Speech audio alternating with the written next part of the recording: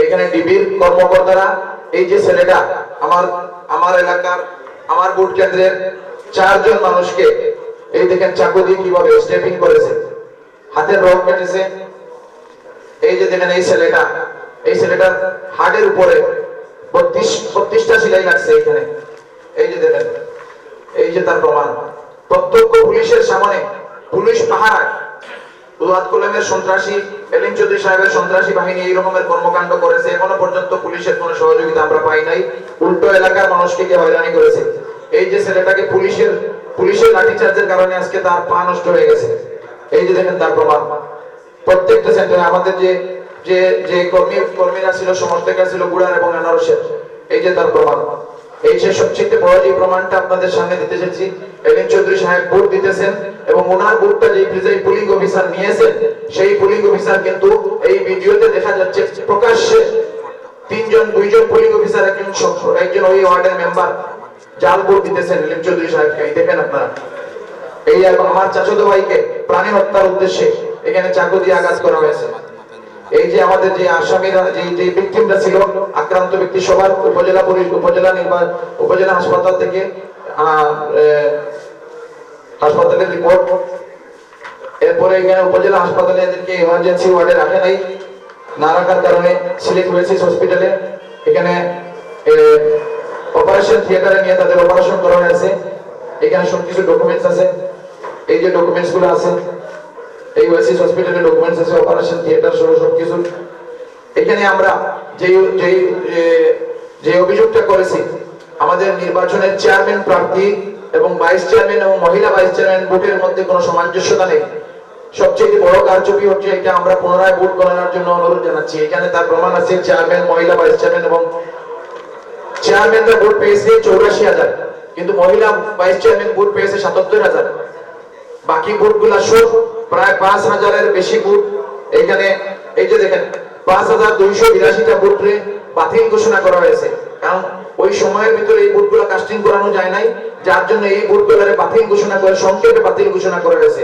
আমি আপনাদের সামনে সব তুলে ধরলাম। এই ছেলেটারে মানে পুলিশ পাহারা দিয়ে সুরক্ষা করে এরেস্ট দেখিয়ে এখান থেকে নিয়ে আসে, পরে টাকা তো কিনে সেই আসামিদের ছাড়িয়ে দেওয়া হয়েছে। এই সবগুলো বিষয় আপনাদের সামনে প্রমাণ দিলাম। এখানে একজন পুলিং অফিসার, এটা ভিডিও স্পষ্ট ভাবে আছে, এলিম চৌধুরী সাহেব যেই সেন্টারে ভোট দিয়েছেন, সেই সেন্টারে যে ব্যক্তি উনার কাছ থেকে ভোট গ্রহণ করেছে, যে পুলিং অফিসার, সেই পুলিং অফিসার নিজেই কিন্তু এখানে ভোট দিয়েছে। এই যে হচ্ছে তার প্রমাণ। আপনাদের সবাইকে আমরা ফটোকপি দেখাবো। এখানে যে পুলিং অফিসার আপনারা দেখতে পাচ্ছেন, এলিম চৌধুরী সাহেব যে এখানে ভোট দিতেছেন, এই পুলিং অফিসার নিজেই কিন্তু সেই ভিডিওতে দেখা যাচ্ছে সে কিন্তু জাল ভোট দিতেছে, প্রত্যেকটা বইয়ে সিল মারতেছে। এবং এই যে দেখেন এখানে আরেকটা প্রমাণ আছে, এই যে একজন মসজিদের ইমাম সাহেব, মসজিদের ইমাম, বর্তমানে উনি মসজিদে ইমামতি করতেছেন মৌলানা রফিকুল ইসলাম জিহাদি, সহকারী শিক্ষক, সূর্যোদয় কিন্টার গার্ডেন ও উত্তর লক্ষ্মণাবল জামে মসজিদের বর্তমান ইমাম। একজন ইমাম সাহেবকে দিয়ে ভোট চুরি করানো হয়েছে, একজন শিক্ষককে দিয়ে ভোট চুরি করা হয়েছে। একজন শিক্ষককে দিয়ে ভোট চুরি করানো মানে পুরো শিক্ষিত দেশকে, শিক্ষকদেরকে কলঙ্কিত করা, ইমাম জাতিকে কলঙ্কিত করা, শিক্ষক জাতিকে কলঙ্কিত করা। এবং আরেকজন পুলিং অফিসার যিনি এলিম চৌধুরী সাহেবের ভোট নিয়েছেন, এলিম চৌধুরী সাহেব যার কাছে ভোট দিয়েছেন, যে পুলিং অফিসার, ওই পুলিং অফিসারের ভিডিও এখানে আছে। আমরা আপনাদের সবাইকে, সাংবাদিক মহোদয়কে সবাইকে আমরা ফটোকপি সহ দিব, লিঙ্ক সহ, ভিডিও লিঙ্ক সহ সবকিছু দিব।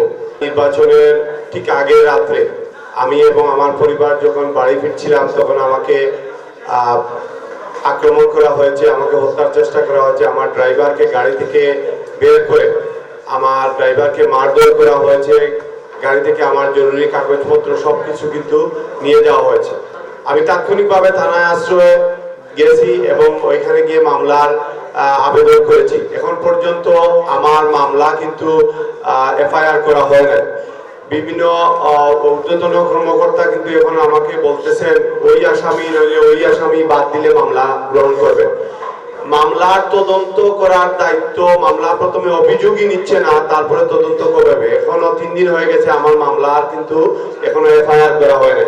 তো আপনাদের সাংবাদিক বৃন্দদের মাধ্যমে আমি সবাইকে জানিয়ে দিতে চাই, আসলে গোলাপগঞ্জবাসী নিরাপদ নয়। ভোট চুরির মাধ্যমে যারা সব সময় ক্ষমতায় গিয়ে ক্ষমতায় থাকতে চায়, যাদের নীতি নৈতিকতাই নেই, তাহলে সমাজে তারা কিভাবে সমাজের জন্য সমাজকে ভালো কিছু দিবে, মানুষকে ভালো কিছু দিবে? তারা এই প্রক্রিয়াকে, সম্পূর্ণ প্রক্রিয়াকে আজকে প্রশ্নবিদ্ধ করছে। শুধু চেয়ারম্যান নয়, চেয়ারম্যান এবং ভাইস চেয়ারম্যান সহ ওরা একটা সিন্ডিকেট তৈরি করে, আপনারা খেয়াল করছেন ওই হুজুরের বাড়ি কিন্তু লক্ষ্যনাবন, ভাইস চেয়ারম্যান যিনি নির্বাচিত হয়েছেন উনিও কিন্তু লক্ষ্যনাবন্দের। আমি সকাল থেকে প্রত্যেকটি সেন্টারে গিয়েছি, বিশেষ করে ফুলবাড়ি ইউনিয়নের প্রত্যেকটি সেন্টারে কিন্তু আমার এজেন্টদেরকে বের করে দেওয়া হয়েছিল এবং আমি সেখানে দাঁড়িয়ে আমার এজেন্টদেরকে আবার ঢুকিয়ে দিই। আমি যখনই সেন্টার ত্যাগ করি তখনই আবার আমার এজেন্টদেরকে মারধর করে বের করে দেওয়া হয়। এইরকম পুলিশ প্রশাসন তথা প্রিসাইডিং অফিসার কাছ থেকে আমি কোনো ধরনের সহায়তা পাইনি। আমি তাৎক্ষণিকভাবে সাংবাদিক বিদ্যাদেরকে আমি বলেছি যে এইরকম পরিস্থিতি চলতেছে, নির্বাচন এইরকম চলতেছে, টোটালি প্রক্রিয়া, এবং এই নির্বাচনটি শুধুমাত্র প্রশাসন এবং নির্বাচনের কর্মকর্তা এলিম চৌধুরী এবং দোয়াত কলমকে পাশ করানোর জন্য এই নির্বাচনে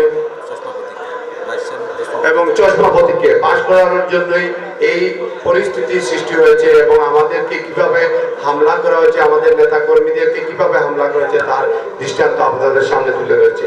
গোলাপগঞ্জের ইতিহাস ঐতিহ্যকে কলঙ্কিত করে যেসব প্রার্থীরা তাদের উদ্দেশ্য বাস্তবায়নের জন্য, তাদের নীল নকশা বাস্তবায়নের জন্য একটা প্যানেল করে চেয়ারম্যান এবং ভাইস চেয়ারম্যান হিসাবে তারা নিজেকে প্রতিষ্ঠিত করার জন্য, জয়ী করার জন্য অসংখ্য তথ্য উপাত্তের ভিত্তিতে আমরা কথাগুলি বলছি।